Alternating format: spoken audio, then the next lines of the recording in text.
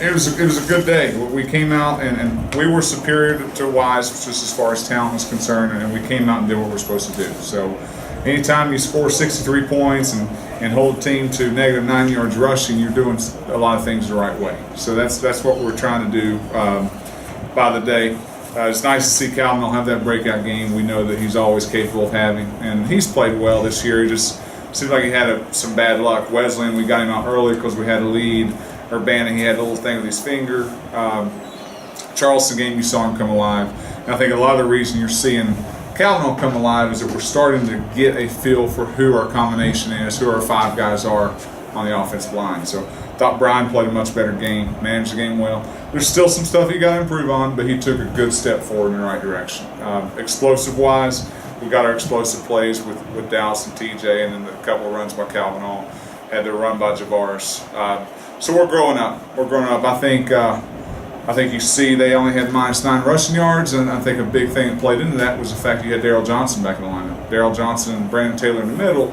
That makes it a whole lot harder for people to deal with. So I think we're heading in the right direction. I think we're starting to hit our groove. I think we're starting to go to where we need to go to be the team that we need to be. But it's a process. It's a process, and we're continuing to just get better each day. We got to keep going back to work. And the thing I told the seniors was, it's a month. We have a month left. That's all it's guaranteed in your senior year. So make sure you take ownership on that, and make sure you do a great job of really finishing the deal. So proud of that. Proud of the fact that we were able to keep our focus. I think you saw other games we came out. It was like the Fairmont game. It may have been like 21-7 or something like that. And we just kind of hung around at that number. And today they were able to continue to stay focused, continue to do what we needed to do, and extend that lead to second half and keep playing like it was the beginning of the game. So a lot of positives to pull from.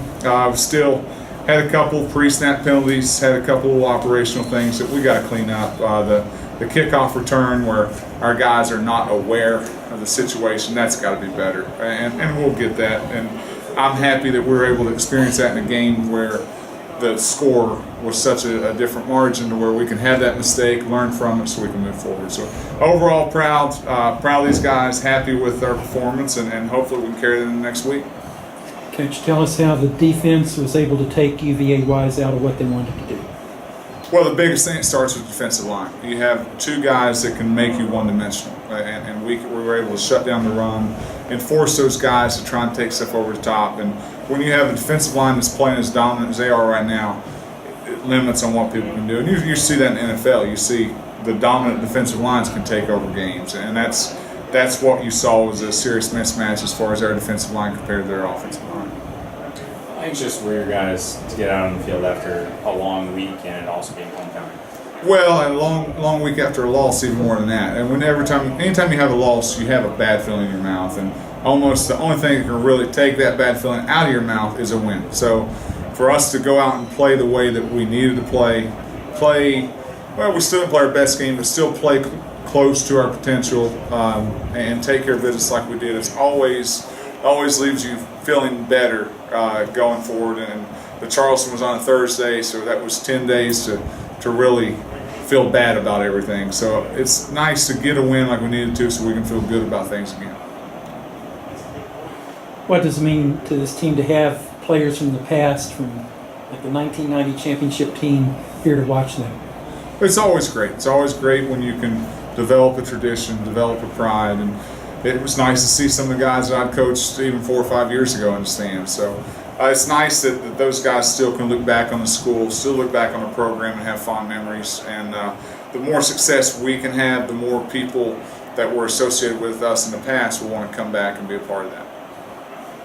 You got some of the younger guys in there in the fourth quarter, and you gave Justin an extended look at the end of the third and the fourth. What are you looking for in that time frame from those guys? Well, I knew I was going to get a Coder question. You guys always ask me a Coder question. No, Coder is he is a polarizing figure to me because everyone loves him. Everyone loves Justin, and he's probably the least vocal person on the team. So we tried to get him a touchdown there early in the third quarter, and then we had to let Calvin stick it in.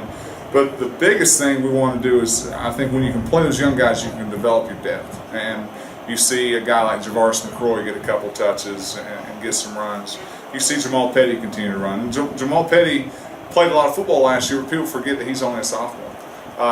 And I think you have Koger, he's able to just run our offense. He's not coming in a run type situation. He gets to be a quarterback and a solo quarterback. So those are good experiences, because if Brian goes down, we need to count on that guy. And he's growing, he's developing, he's still making mistakes, but he's getting better each and every week. So he's another guy that we're really proud of his development. It's nice when you get those reserve offensive linemen, that reserve defense in, and we gave up a couple scores there with that reserve defense.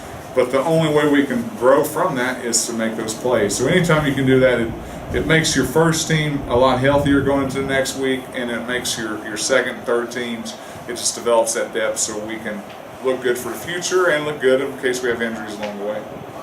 That number 7 on the other side looked pretty big. How did your secondary match up with them, did you think? Well, I think it also goes back to the defensive line. When we can have 4 guys that can generate a rush and do a good job of containing what they do with 4 guys, it allows us to give safety help over the top and put some coverage toward that guy. And we knew going in that Younger was going to be one of their top targets. And again, he was still one of their top targets because he's a good player.